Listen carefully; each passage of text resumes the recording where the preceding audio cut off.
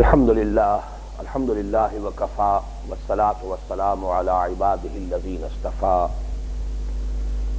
خصوصاً علی افضلہم وخاتم النبیین محمد الامین وعلی آلہ وصحبہ اجمعین اما بعد فاعوذ باللہ من الشیطان الرجیم بسم اللہ الرحمن الرحیم سبح للہ ما فی السماوات وما فی الارض وهو العزیز الحکیم یا ایھا الذین آمنوا لم تقولون ما لا تفعلون کبر مقتا عند اللہ ان تقولوا ما لا تفعلون ان اللہ یحب الذین یقاتلون فی سبیلہ صفا کأنہم بنیان مرصوص صدق اللہ العظیم رب اشرح لی صدری ویسر لی امری واحلل عقدۃ من لسانی یفقہوا قولی اللہم ربنا الہمنا رشدنا واعذنا من شرور انفسنا اللہم ارنا الحق حقا وارزقنا اتباعہ وارنا الباطل باطلا وارزقنا اجتنابہ اللہم وفقنا لما تحب وترضى آمین یا رب العالمین۔ گزشتہ نشست میں سورۃ الصف سے متعلق تمہیدی مضامین مکمل ہو گئے تھے، اب ہم سورہ مبارکہ کا سلسلے وار مطالعہ شروع کر رہے ہیں۔ سبح للہ، تسبیح کرتی ہے اللہ کی، ما فی السماوات وما فی الارض، ہر وہ شے جو آسمانوں میں ہے اور ہر وہ شے جو زمین میں ہے، وہو العزیز الحکیم، اور وہ ہے زبردست حکمت والا۔ یہ آیت مبارکہ صرف اس فرق کے ساتھ کہ سورہ تغابن میں مضارع کے ساتھ یہ فعل آیا ہے یسبح للہ ما فی السماوات وما فی الارض، بہرحال جہاں تک مضمون کا تعلق ہے اس سے پہلے سورہ تغابن کے ضمن میں اس کے بارے میں تفصیل جو ہے بیان ہو چکی ہے، اس وقت صرف اجمالاً اشارے کروں گا۔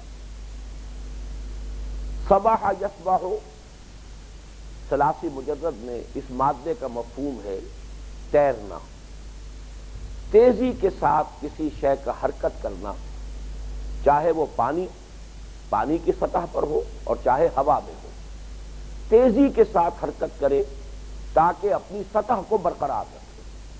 یہ آپ کو معلوم ہے آج بھی ایوییشن کا اصل اصول یہی ہے کہ جتنی تیزی کے ساتھ وہ شے حرکت کرے گی تو وہ جو گریوٹی کی قوت ہے اس کا مقابلہ کر سکے گی، اپنی سطح کو برقرار رکھ سکے گی۔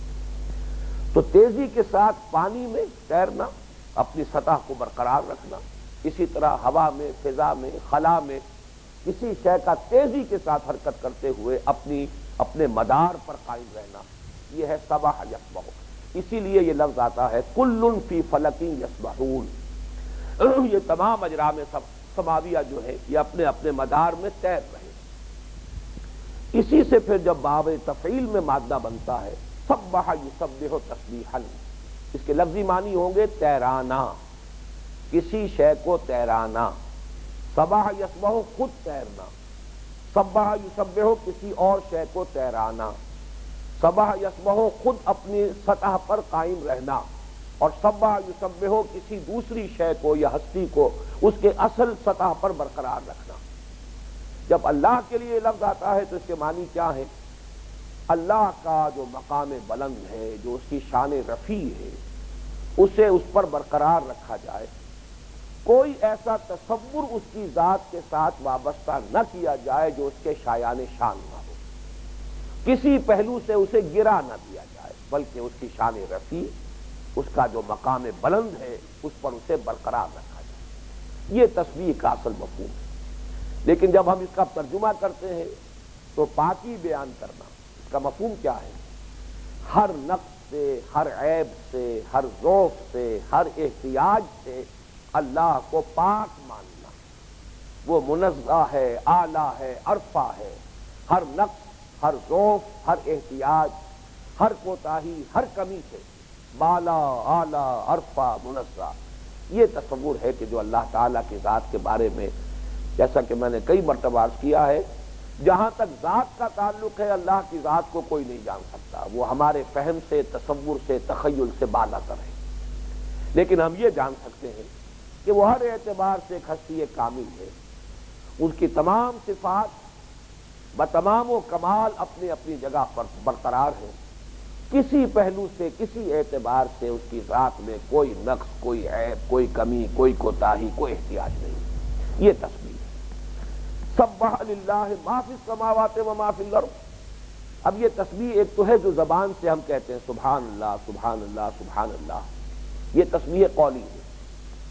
تسبیح عملی کیا ہے؟ کوئی شے اپنے وجود سے اس بات کا اظہار کر رہی ہو کہ میرا خالق، میرا مالک ہر عیب سے پاک ہے، ہر اعتبار سے ہستی کامل ہے۔ جیسا کہ آپ کو معلوم ہے کوئی تصویر ہے، وہ تصویر در حقیقت اپنے مصور کے لیے یا اس کے کمال فن کا ثبوت ہے یا اس کے کسی نقص کا فن کا جو ہے ثبوت ہوگا۔ وہ بول رہی ہوگی تصویر، یا تو اپنے مصور کی وہ تعریف کر رہی ہے زبان حال سے اور اس کے کمال فن کا اظہار کر رہی ہے۔ زبان قال تو اس کے پاس نہیں ہے، زبان حال تو ہے، یا یہ کہ وہ تصویر خود بول رہی ہے کہ یہ اناڑی مصور کی تصویر ہے، اس مصور کے اندر یہ فن جو ہے پورے طریقے سے اسے حاصل نہیں ہے، اسے قدرت حاصل نہیں ہے۔ اس کائنات کا ذرہ ذرہ اپنے وجود سے گواہی دے رہا ہے کہ میرا خالق، میرا مالک، میرا بنانے والا، میرا باری، میرا صانع، وہ ہر اعتبار سے ہستی کامل ہے، جس کے نہ علم میں کوئی کمی ہے نہ قدرت میں کوئی کمی ہے۔ یہی وہ بات ہے قرآن مجید میں ایک اور مفہوم سے یوں آتی ہے کہ ہر شے اللہ کی نشانی ہے۔ ان فی خلق السماوات والارض واختلاف اللیل والنہار والفلک التی تجری فی البحر بما ينفع الناس وما انزل اللہ من السماء من ماء فاحیا به الارض بعد موتها وبث فیہا من کل دابۃ وتصریف الریاح والسحاب المسخر بین السماء والارض لآیات لقوم یعقلون۔ یہ تمام جو بھی مظاہر فطرت ہیں، ذرہ ذرہ جو ہے اس کائنات کا اور سورج سے لے کر ذرے تک ہر شے اللہ کی نشانی ہے، اس کے کمال قدرت، اس کے کمال علم، اس کی کمال حکمت کا منہ بولتا ثبوت ہے۔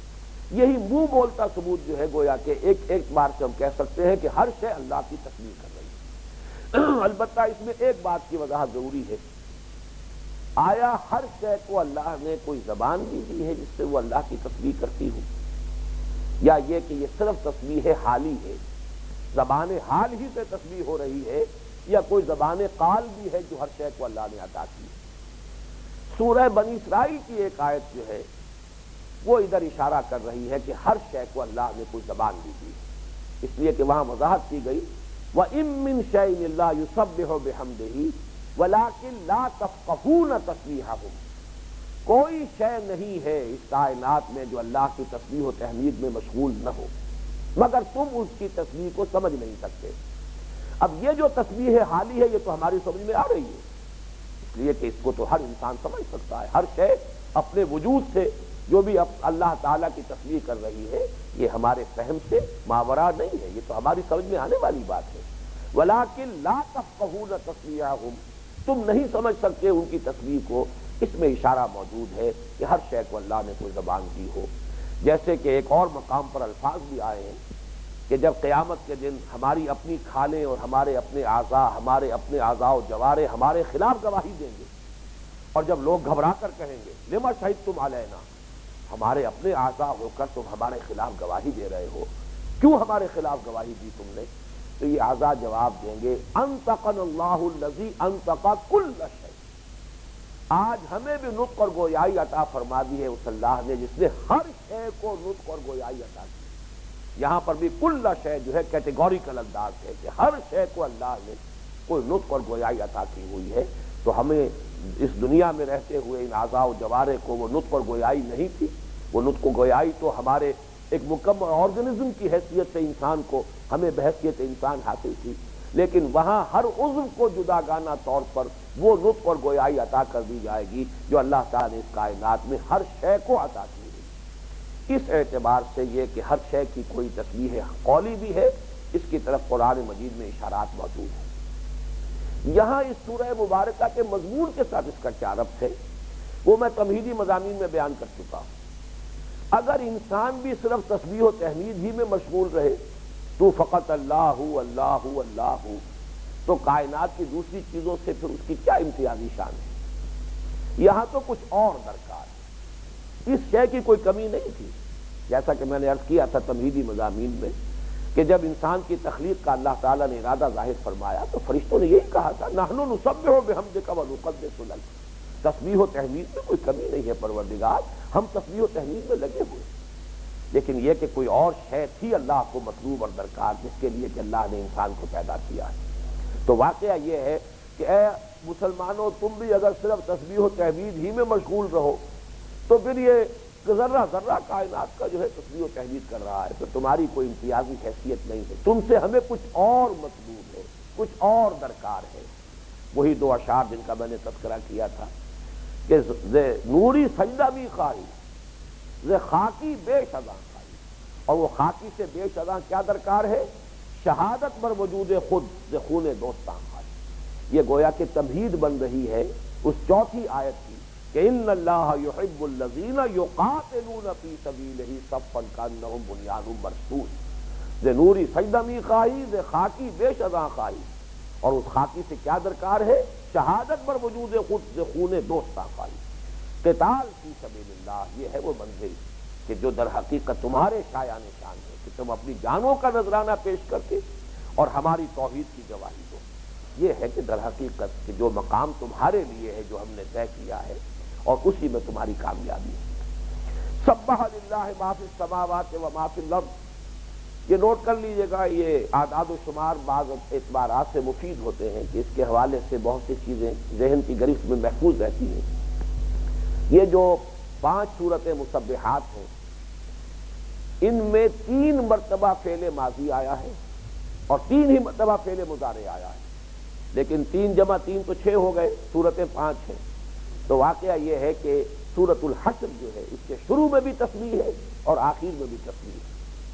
شروع میں سبح للہ ما فی السماوات و ما فی الارض، اور سورت ختم ہوتی یسبح لہ ما فی السماوات و ما فی السماوات والارض وہو العزیز الحکیم۔ تو 3 مرتبہ فعل ماضی میں آیا ہے یہ لفظ، اور 3 ہی مرتبہ ان صورتوں میں فعل مضارع کی شکل میں آیا ہے۔ 1 مرتبہ فعل ماضی اور 1 مرتبہ فعل مضارع میں سبح للہ ما فی السماوات والارض، ما فی کی تکرار نہیں آئی، یہ سورہ حدید میں ہے، اور 2 مرتبہ آیا ہے سبح للہ ما فی السماوات وما فی الارض، یہ گویا کہ اور ایمفیسس ہے، ہر شے جو آسمانوں میں ہے اور ہر شے جو زمین میں ہے وہ اللہ کی تسبیح میں لگی ہوئی ہے۔ 1 مرتبہ بغیر تکرار کے، 2 مرتبہ یہ ما کی تکرار کے ساتھ سبح للہ ما فی السماوات وما فی الارض، جیسا کہ یہاں ہے۔ سورہ حدید کے شروع میں بغیر تکرار کے ہے سبح للہ ما فی السماوات والارض، اور سورہ حشر اور سورہ صف کے شروع میں یہ تکرار کے ساتھ اعادے کے ساتھ ہے سبح للہ ما فی السماوات وما فی الارض۔ اسی طرح 1 مرتبہ فعل مضارع میں وہ تکرار اور اعادہ نہیں ہے، وہ سورہ حشر کے آخر میں یسبح لہ ما فی السماوات والارض، لیکن سورہ جمعہ اور سورہ تغابن کے شروع میں وہ تکرار اور اعادے کے ساتھ ہے یسبح للہ ما فی السماوات وما فی الارض۔ بہرحال اس میں در حقیقت جو مقصود ہے وہ مزید ایمفیسس اور تاکید اللہ کی تسبیح کر رہی ہے، ہر شے خواہ وہ آسمانوں میں ہے اور خواہ وہ زمین میں۔ وَهُوَ الْعَزِيزُ الْحَكِيمُ، یہ 2 اسماء اللہ تعالیٰ کے ان صورتوں میں بکثرت وارد ہوئے۔ پھر دوہرا رہا ہوں، سورہ حشر میں شروع میں بھی پہلی آیت میں بھی وَهُوَ الْعَزِيزُ الْحَكِيمُ، اور پھر سورہ حشر ختم بھی ہو رہی ہے وَهُوَ الْعَزِيزُ الْحَكِيمُ۔ یہ 2 اسماء جو ہیں سورہ حدید کے شروع میں، سورہ صف کے شروع میں، پھر یہ کہ اس سے آگے آئیں گے تو پھر آپ کو سورہ تغابن میں بھی مل جائیں گے، آپ کو سورہ جمعہ میں بھی ملیں گے۔ ان کے درمیان جو خاص نسبت ہے اس کو نوٹ کر لیجئے، العزیز الحکیم۔ العزیز وہ ہستی جس کا اقتدار فیصلہ کن ہے، جس کا اختیار بالا ترین ہے، جو کسی کے تابع نہیں ہے، جس کو اپنے کسی فیصلے کی کسی سے سینکشن لینی نہیں ہوتی، جس پر کوئی قدغن نہیں ہے، کوئی تحدید نہیں ہے، کوئی لمٹس نہیں ہے، وہ العزیز، صاحب اختیار، صاحب اقتدار۔ اس لیے کہ دنیا میں جو ہمارا تصور ہے، نوٹ کر لیجئے کہ جہاں کہیں بھی اختیار زیادہ ہوتا ہے، یہ کانسٹیٹیوشن جو ہے خود اپنی جگہ ایک بڑا فن ہے، کانسٹیٹیوشن کے اندر اصل شے جو دیکھی جاتی ہے وہ یہ ہے کہ جہاں کہیں اقتدار اور اختیار زیادہ آ رہا ہو وہاں کچھ نہ کچھ چیکس اینڈ بیلنسز بھی ہونے چاہیے، اس لیے کہ اندیشہ یہ ہوتا ہے کہ جہاں authority tends to corrupt and absolute authority corrupt absolutely، لہذا ایبسولوٹ اتھارٹی کہیں نہیں ہونی چاہیے. صدر کے یہ اختیارات ہیں تو یہ چیکس اینڈ بیلنسز ہونے چاہیے. پرائم منسٹر کے یہ اختیارات ہیں تو اس کے اوپر یہ لمیٹیشنز ہونی چاہیے, یہ چیکس اینڈ بیلنسز ہونے چاہیے. تو در حقیقت کانسٹیٹیوشن جو ہے اس میں ہر جگہ پر دیکھا جاتا ہے کہ جہاں اختیار اور اقتدار اس کا کوئی ارتکاز ہو رہا ہو, اسی کے متوازی اور اسی کے متناسب چیکس اینڈ بیلنسز کا اہتمام کیا جائے. ایک ہستی ہے صرف جس پر کوئی چیک نہیں, کوئی بیلنس نہیں, کوئی لمیٹیشن نہیں, کوئی کسی کا کوئی اس کے اوپر زور نہیں. العزیز, اپنی جگہ پر مقتدر مطلق, آخری اختیار اور اقتدار رکھنے والی ذات العزیز. لیکن اس کو بیلنس کرتا ہے قرآن مجید. جہاں العزیز آتا ہے اکثر و بیشتر اس کے ساتھ الحکیم آ جائے, حکمت والا. اللہ تعالیٰ کا یہ اقتدار مطلق اس کی حکمت کاملہ کے ساتھ ہے. یہ گویا کہ جو تصور ذہن میں آ سکتا ہے, وہ جو میں نے ابھی عرض کیا تھا کہ یہ پولیٹیکل سائنس کا یہ ایکسیم ہے, authority tends to corrupt and absolute authority corrupt absolutely. اور یہاں ایبسولوٹ اتھارٹی ہے. ظاہر بات ہے اس پر کوئی چیک اینڈ بیلنس جو ہے باہر سے نہیں ہے, خارجی نہیں ہے. اللہ تعالیٰ کی ذات کے اوپر کسی اور دوسری ہستی کی طرف سے کوئی قدغن, کوئی لمیٹیشن نہیں ہے. البتہ اس کی اپنی حکمت جو ہے اس کے بارے میں یہ سمجھ لیجئے کہ یہ اختیار حکمت کے ساتھ استعمال ہوتا ہے. اس کی حکمت بھی کاملہ ہے, یہ ایٹ رینڈم استعمال نہیں ہوتا. یہ جس کو ہم کہتے ہیں کہ انسان جو ہے وہ بالکل اپنا جو ہے اختیار غلط طریقے پر استعمال کر بیٹھے, معاذ اللہ ثم معاذ اللہ. اللہ کا اختیار غلط استعمال نہیں ہوگا, اس لیے کہ اس کی جہاں اقتدار اور اس کا اختیار مطلق ہے وہاں اس کی حکمت بھی کامل اور مطلقہ ہے. اس اعتبار سے البتہ ایک وضاحت میں یہاں کر دوں. کبھی ابتدا میں میرے دروس میں یہ غلطی ہوتی رہی ہے کہ میں یہاں لفظ تحت استعمال کرتا تھا. اللہ کا اقتدار اس کی حکمت کے تحت استعمال ہوتا ہے. یہ تعبیر درست نہیں ہے, اس لیے کہ اللہ تعالیٰ کی تمام شانیں, اللہ تعالیٰ کی تمام صفات مطلق ہیں. کوئی شان کسی دوسری شان کے تابع نہیں ہے. ہر شان, ہر صفت اس کی مطلق ہے, آزاد ہے. ورنہ یہ کہ اگر آپ کسی ایک شان کو, کسی ایک اس کی صفت کو دوسری صفت کے تابع کر دیں گے تو وہ گویا کہ شان اپنی جگہ مطلق نہیں رہے گی. اللہ کا اختیار مطلق, وہ چاہے تو انتہائی نیک انسان کو جہنم میں جھونک دے, اس کا اختیار نہیں. جھونکے گا نہیں, یہ بات دوسری ہے. یہی وہ مسئلہ ہے کہ جو اہل تشیع کے ہاں اور جو ہمارے ہاں بعض جو بہت زیادہ عقلیت زدہ لوگ تھے, ان کے ہاں معتزلہ کے ہاں یہ مسئلہ اس حد تک چلا گیا کہ انہوں نے اللہ پر عدل کو واجب قرار دیا. اہل سنت کے نزدیک اللہ پر کوئی شے واجب نہیں. کتب علی نفسہ الرحمہ, اللہ نے خود اپنے اوپر رحمت کو واجب کر دیا, یہ دوسری بات ہے. لیکن ہم نہیں کہہ سکتے کہ اللہ پر یہ شے واجب ہے, اس لیے کہ اللہ پر کسی شے کا وجوب اس کے اختیار مطلق کی تحدید کر دے گا. ہم یہ جانتے ہیں اللہ عدل کرے گا, لیکن یہ کہ اس پر عدل کرنا واجب نہیں ہے, اس کا اختیار مطلق ہے. وہ ابو جہل کو بخش دے, اس کا اختیار ہے, کوئی چیلنج نہیں کر سکتا. اسی طریقے سے وہ کسی نیک آدمی کو جہنم میں جھونک دے, اس کا اختیار ہے, اس کی ملکیت ہے. اس کی ملکیت جو ہے اس کے بارے میں اس کا اختیار غیر محدود. تو عدل اللہ پر واجب نہیں ہے. یہ معتزلہ اور اہل تشیع کا مسلک ہے کہ اللہ پر عدل واجب ہے. البتہ اللہ عدل کرے گا, یہ بات دوسری ہے. چنانچہ یہاں بھی تعبیر یہ ہونا چاہیے کہ اللہ العزیز ہے لیکن ساتھ ہی الحکیم بھی. اللہ تعالیٰ کا اقتدار مطلق اس کی حکمت کے ساتھ استعمال ہوتا ہے. حکمت کے تابع کا لفظ جو ہے وہ استعمال نہیں کرنا چاہیے. اس کے بعد وہ بات دوسری آیت آ گئی, اس پر تمہید میں گفتگو ہو چکی ہے. یہ گویا کہ اس سورہ مبارکہ میں یہ رنگ بہت نمایاں ہے. یا ایھا الذین آمنوا لم تقولون ما لا تفعلون. اب نوٹ کیجئے, یا ایھا الذین آمنوا, میں نے بہت سے مواقع پر توجہ دلائی ہے. یہ جو الفاظ ہیں یہ در حقیقت مسلمانوں کو خطاب کا ذریعہ ہے, صیغہ خطاب ہے مسلمانوں کے لیے. مسلمان جو قانوناً مسلمان ہے اس کی حیثیتیں متعدد ہو سکتی ہیں حقیقت کے اعتبار سے. قانوناً مسلمان, حقیقتاً منافق. قانوناً مسلمان, حقیقتاً مومن. اور مومن اور منافق کے درمیان تو بہت سا فاصلہ ہوگا, ضعف کے اور کمزوری کے نہ معلوم کتنے مدارج ہوں گے. تو یا ایھا الذین آمنوا سے جب خطاب ہوتا ہے تو مسلمانوں سے بحیثیت مسلمان خطاب ہے. چنانچہ منافقین سے بھی جو خطاب قرآن مجید میں ہے کہیں بھی یا ایھا الذین نافقوا کے الفاظ نہیں آئے.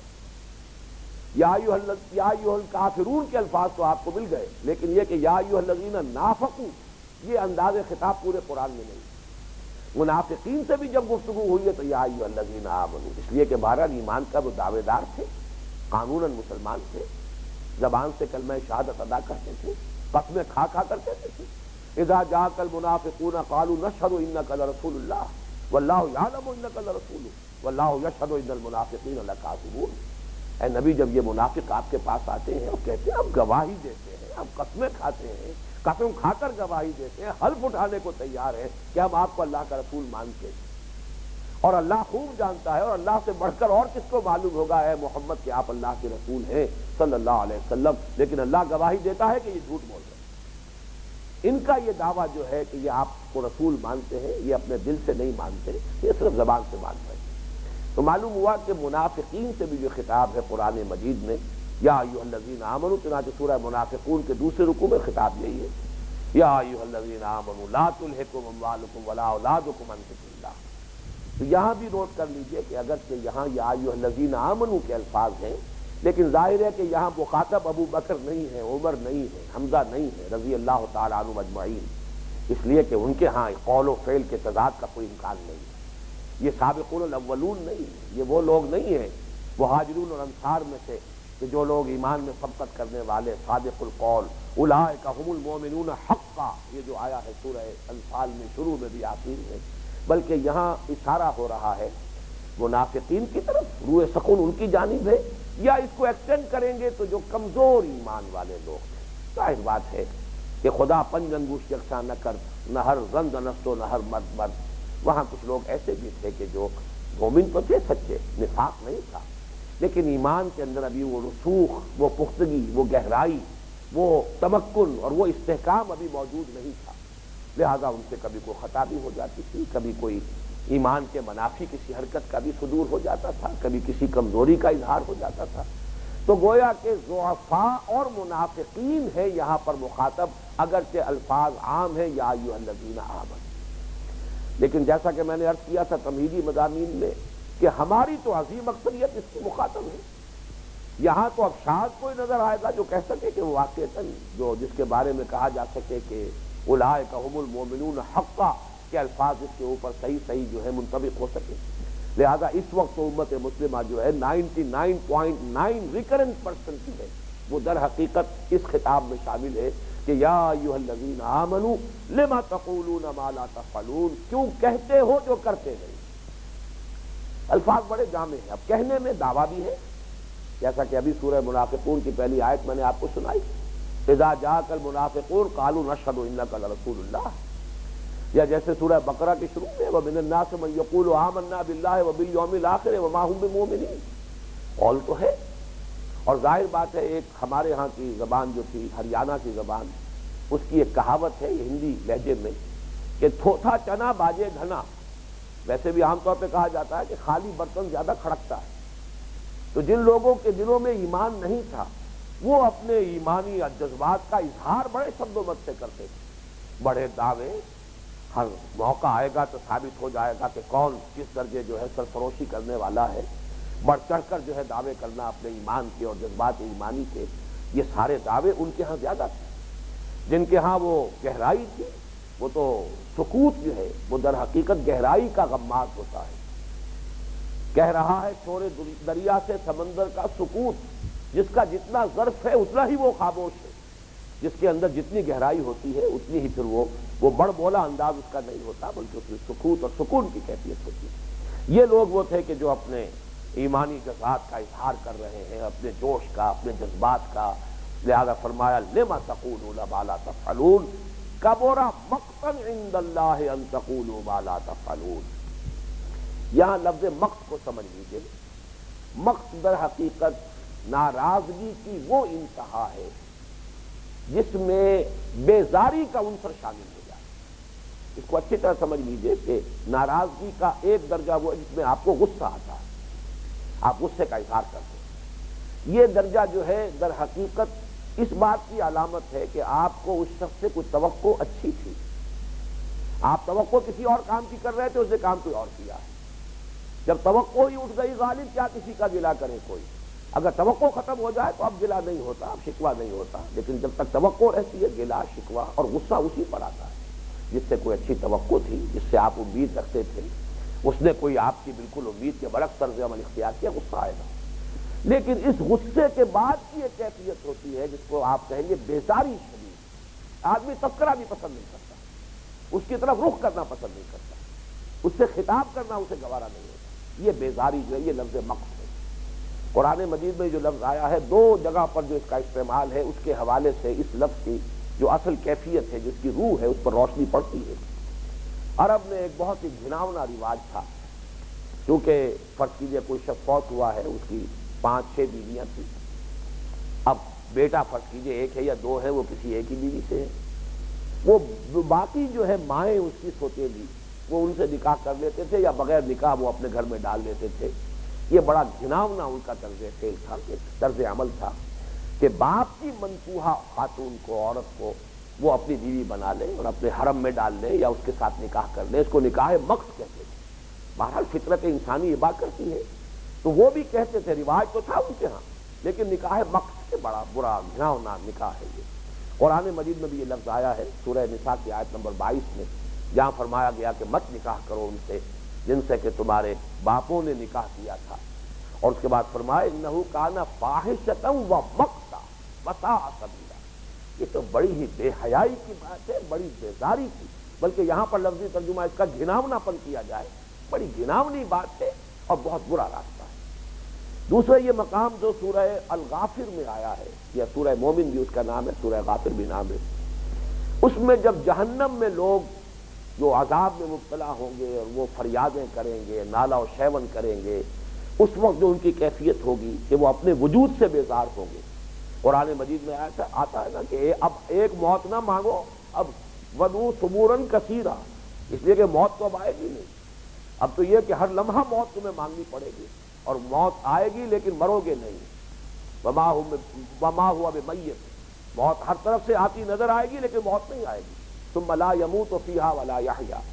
اس وقت جو ان لوگوں کی کیفیت ہوگی تو ان سے کہا جائے گا ان الذين كفروا ينادون لمقت الله اکبر من مقتكم انفسكم اذ تدعون الى الايمان فتكفرون۔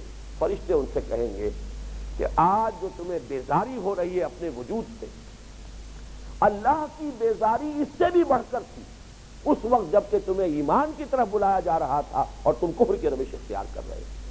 یہ آج جو تمہیں بیزاری اپنے آپ سے ہو رہی ہے، اکبر من مقتکم انفسکم، اللہ کی اس وقت کی بیزاری جبکہ اللہ کا ایک بندہ تمہیں ایمان کی دعوت دے رہا تھا، لیکن تم بجائے اس کے کہ اس کی دعوت پر لبیک کہو، ایمان لاؤ، اپنے باطن کو ایمان، نور ایمان سے منور کرو، تم کفر اور ضلالت اور گمراہی کے اندھیروں کی طرف دوڑ رہے تھے، تو اللہ کی بیزاری اس وقت جو تم سے تھی وہ اس بیزاری سے کہیں بڑھ کر ہے کہ جو آج بیزاری تمہیں اپنے وجود سے ہو رہی ہے۔ وہ لفظ جو یہاں استعمال ہوا ہے کبورا مقتا عند اللہ ان تقولوا ما لا تفعلون، اب اس سے زیادہ ایمفیسس، اس سے زیادہ تاکید، اس سے زیادہ زجر، اس سے زیادہ جھنجھوڑنے کا انداز ممکن نہیں کہ بڑے بڑے دعوے ہوں، قول بڑے اونچے ہوں، عمل جو ہے اس کے برعکس ہو۔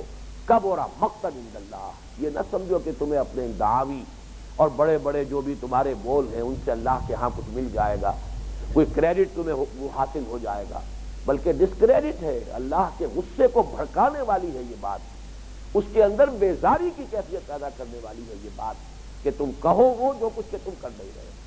اللہ تعالی ہمیں اس بیماری سے محفوظ رکھے۔ اب اس کے بعد چوتھی آیت میں وہ بات میں ایک معیار کے طور پر سامنے لے آئی گئی۔ اگر اللہ پر ایمان ہے، اللہ سے محبت کا دعویٰ ہے، عشق رسول کا دعویٰ ہے، تو جان لو کہ اللہ کے ہاں کون محبوب ہے، کون پسندیدہ ہے۔ ان اللہ یحب الذین یقاتلون فی سبیلہ صفا کانہم بنیان مرصوص۔ یہ وہ انداز ہے، علامہ اقبال نے بہت سے اسالیب جو ہے میں سمجھتا ہوں کہ قرآن حکیم سے مستعار لیے ہیں، اور ان کے کلام میں جو ایک تاثیر ہے میں یہ سمجھتا ہوں کہ اس کے اندر ایک حصہ اس کا بھی داخل ہے کہ قرآن مجید کے اسالیب کو انہوں نے اپنے کلام میں جذب کر لیا ہے۔ تو ظاہر بات ہے کہ مسلمانوں کے لیے وہ اسلوب جو ہے وہ بہت زیادہ ان کو حرکت میں لانے والا اور موو کرنے والا ہے۔ وہ شعر ذرا یاد کیجئے کہ محبت مجھے ان جوانوں سے ہے ستاروں پہ جو ڈالتے ہیں کمن، ان اللہ یحب الذین یقاتلون فی سبیلہ صفا کانہم بنیان مرصوص۔ معیار ہے جو معین کر دیا گیا۔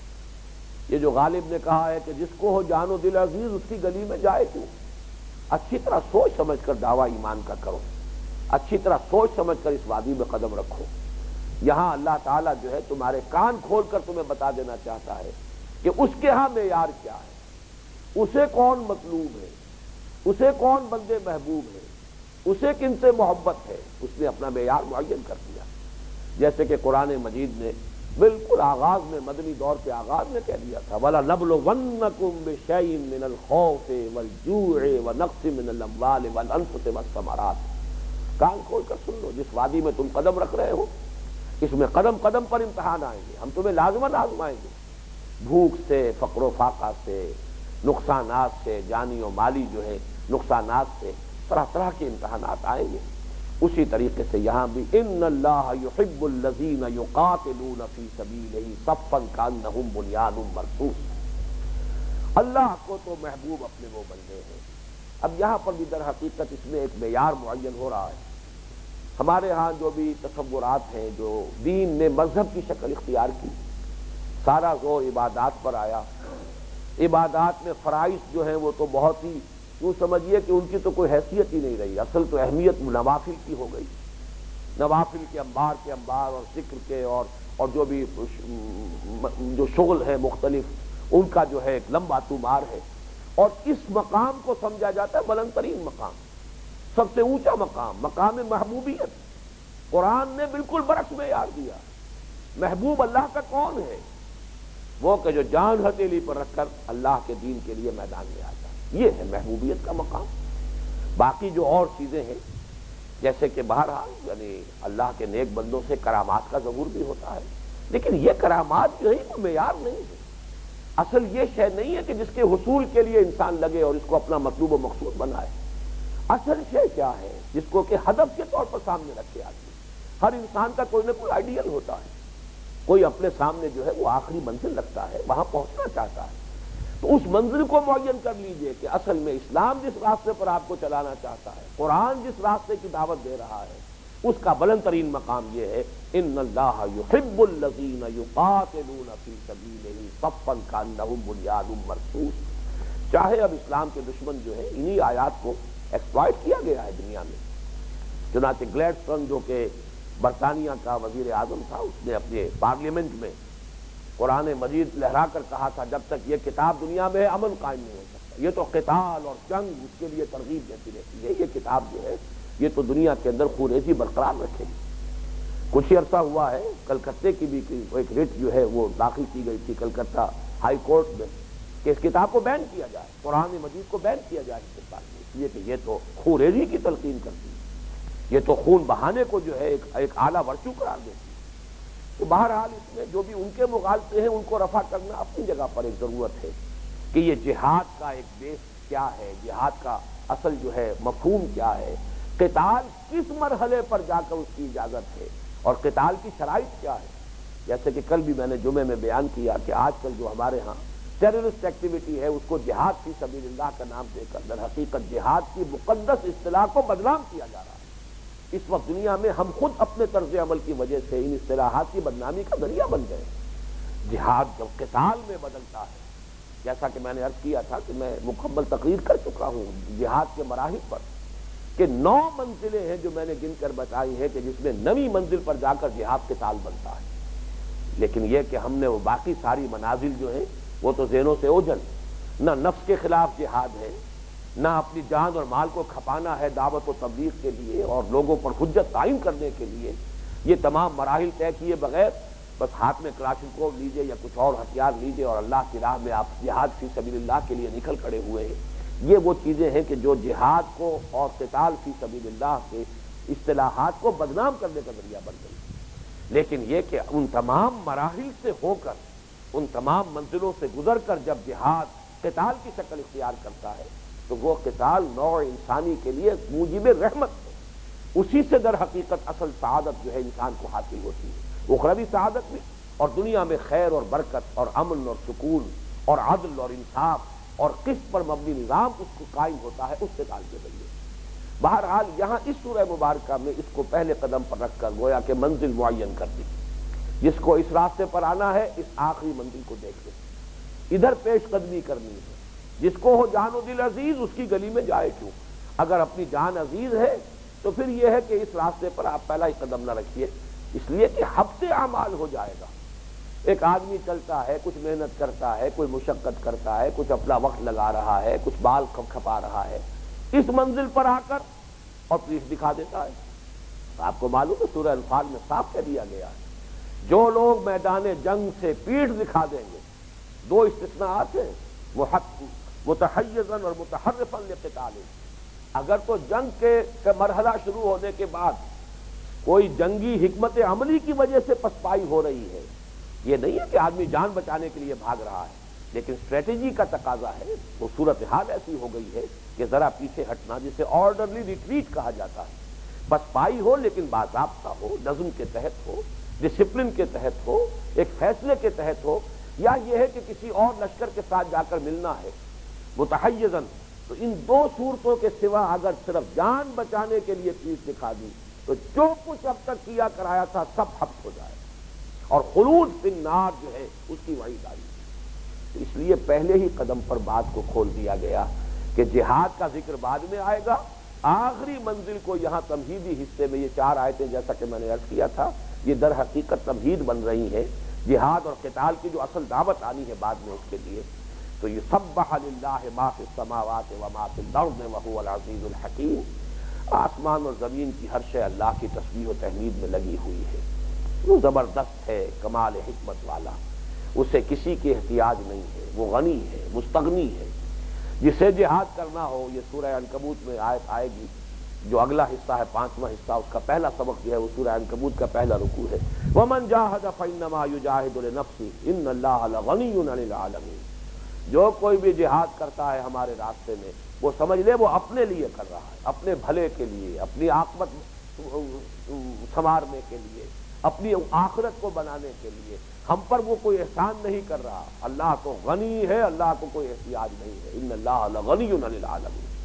بہرحال اس کے بعد فرمایا کہ یہ جو قول اور عمل کا تضاد ہے یہ نہایت اللہ کے غضب کو بھڑکانے والا ہے۔ ایمان کا دعویٰ اور ایمان کے مقتضیات، ایمان کے تقاضوں سے پہلوتے ہی یہ در حقیقت آخرت میں کسی اجر و ثواب کا ذریعہ نہیں بنے گا بلکہ عذاب کا اور گرفت کا ذریعہ بن جائے گا۔ ان اللہ یحب الذین یقاتلون فی سبیلہ صفا کانہم بنیان مرصوص، اللہ کو تو محبت اپنے ان بندوں سے ہے کہ جو جنگ کرتے ہیں ایسی صفیں باندھ کر، بنیان مرصوص، یہ راس فاد کا مادہ آتا ہے کسی شے کو دوسری شے کے ساتھ مضبوطی کے ساتھ جوڑ دینے کے لیے، اور رساس شیشے کو بھی کہتے ہیں۔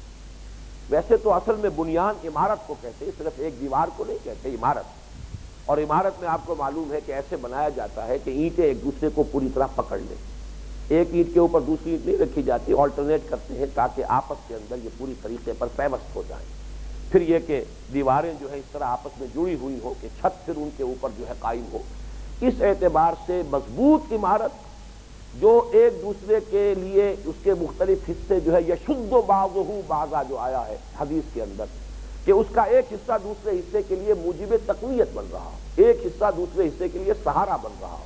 ایک حصہ، اب دیوار اگر صرف اکیلی کھڑی ہے تو اس کے گرنے کا زیادہ اندیشہ ہے، دوسری دیوار نے آ کر در حقیقت ایک اعتبار سے اسے سہارا دیا ہے کہ اس کی وجہ سے وہ خود بھی اپنی جگہ پر مستحکم ہو گئی۔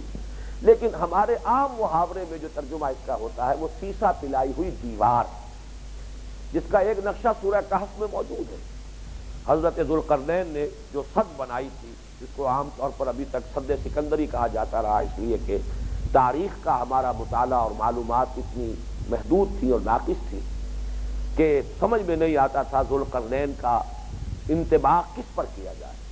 ایک بہت بڑا فاتح جو ہے وہ صرف سکندر اعظم معروف تھا، لہذا اس کو وہ سد سکندری بھی کہا گیا، اور ذوالقرنین جو ہے ان کو سکندر اعظم سے تعبیر کیا گیا۔ یہ اس صدی میں جو کھدائیاں ہوئی ہیں ایران میں، اور پھر ذوالقرنین کی شخصیت جو ہے نکھر کر سامنے آئی ہے کہ یہ خورس یا سائرس، یہ در حقیقت ایران کا وہ شہنشاہ تھا جس نے دو مملکتوں کو جوڑ کر ایران کی مملکت قائم کی تھی۔ میڈیا اور پارس دو علیحدہ علیحدہ ملک تھے، ان دونوں کو جمع کیا اور ایران کی عظمت کے دور کا آغاز اسی سے ہوا۔ اسی لیے اس نے اپنے تاج میں دو سینگ لگا لیے تھے، ذوالقرنین دو سینگوں والا، جس نے کہ دو ملکوں کو متحد کر کے ایک سلطنت کی بنیاد ڈالی۔ یہ ہے ذوالقرنین۔ تو انہوں نے جو یاجوج و ماجوج کے لیے جو صد تعبیر کی تھی، سورہ کہف کے اندر اس کا ذکر ہے آخری حصے میں، اس میں آتا ہے کہ انہوں نے حکم دیا تھا آتونی زبر الحدید حتی اذا ساوا بین الصدفین قال انفخوا حتی اذا جعلہ نارا قال آتونی افرغ علیہ قطرہ۔ یہ یوں سمجھیے کہ اس دور کا یہ ایک انجینئرنگ جو ہے اس کا ایک بہت بڑا کمال ہوگا جو انہوں نے کیا ہے کہ لوہے کے تختے جو ہیں جوڑے گئے، برابر برابر رکھے گئے، پھر ان کے نیچے آگ دہکائی گئی، جبکہ وہ سرخ ہو گئے، آگ بن گئے خود، تو اب اس کے اندر جو درمیان میں رکھنے تھے ان کو پر کیا گیا ہے پگھلے ہوئے تانبے سے، آتونی افرغ علیہ قطرہ۔ تو یہ گویا کہ ری انفورس کانکریٹ کا جو تصور آج دنیا میں موجود ہے کہ سیمنٹ ہے اور بجری ہے اور پھر درمیان میں وہ سلاخیں جو ہیں وہ لوہے کی رکھی ہوئی ہیں، تو اس سے بھی کہیں زیادہ مضبوط وہ سب تھی جو انہوں نے تعبیر کی تھی۔ وہ تصور ہے جس کے تحت ہم ترجمہ کرتے ہیں کہ یہ قتال بھی ایسے ہو جیسے کہ سیسا پلائی ہوئی دیوار، جیسے کہ وہ سد سکندری کا تصور ہے جو سورہ کہف میں ہے، کوئی پیچھے نہ ہٹے، کوئی پشت نہ دکھائے، اس لیے کہ صف جو ہوتی ہے جنگ کے اندر، آج کل تو صفیں خیر اس طرح کی نہیں ہوتی، لیکن یہ ہے کہ جبکہ دو بدو جنگ کے مراحل ہوتے تھے، اصل اس میں تو صف جو ہے اس کا قائم رہنا بہت اہم ہوتا تھا، رکھنا نہ پڑ جائے، اس لیے کہ اگر سب کو کاٹ دیا ہے غنیم نے، دشمن نے، تو پھر یہ ہے کہ پسپائی کا اندیشہ ہے۔ تو سیسا پلائی ہوئی دیوار، جمے رہے ڈٹے رہے، جان دینے کے لیے آمادہ ہوں لیکن پشت دکھا کر جان بچا کر بھاگنے کا خیال نہ آئے، وہ لوگ جو اللہ کی راہ میں اس طور سے اپنی جانیں دینے کو تیار ہوں، سن لو کہ اللہ کو تو وہ پسند ہے۔ وہی پھر دو اشعار میں آپ کو دوبارہ سنا رہا ہوں، مقام بندگی دیگر مقام عاشقی دیگر، ز نوری سجدہ می خواہی ز خاکی بیش ازاں خواہی، چنا خود را نگہ داری کہ بائی بے نیازی ہا۔ اللہ بے نیاز ہے، اسے کوئی ضرورت نہیں ہے کسی کی، غنی ہے، اپنی تمام بے نیازیوں کے باوجود شہادت بر وجود خود ز خون دوستاں خالی، ان اللہ یحب الذین یقاتلون فی سبیلہ صفا کانہم بنیان مرصوص۔ اللہ تعالی ہمیں اس کی توفیق دے، اللہ کی راہ میں جہاد کا عزم کرے مصمم، اور پھر یہ کہ یہ ارادہ دل میں رکھے، اس لیے کہ ایک حدیث نبوی جو ہے وہ میں آپ کو سنا دیتا ہوں۔ حضور نے فرمایا جس مسلمان کی موت واقع ہوئی اس حال میں کہ نہ اس نے کبھی اللہ کی راہ میں جنگ کی، نہ اس کی آرزو دل میں رکھی، تو اس کی موت ایک قسم کے نفاق پر ہوئی، فقد مات علی شعبۃ من النفاق۔ ظاہر بات ہے جنگ ہر وقت نہیں ہوتی، بہت سے صحابہ جو ہیں ان کا انتقال ہو گیا اس سے پہلے کہ وہ مرحلہ حضور کی سیرت میں قتال فی سبیل اللہ کا شروع ہوتا، لیکن دل میں اس کی آرزو کا ہونا یہ ایمان کی شرط لازم ہے۔ اگر یہ آرزو نہیں ہے تو گویا کہ وہ ایمان حقیقی نہیں ہے، پھر وہ ظاہری ایمان ہے، وہ قانونی ایمان ہے، وہ صرف اقرار باللسان والا ایمان ہے۔